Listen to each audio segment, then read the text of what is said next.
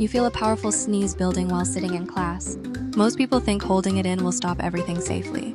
But the pressure has nowhere to go and builds rapidly inside. Your chest tightens as air forces upward toward your head.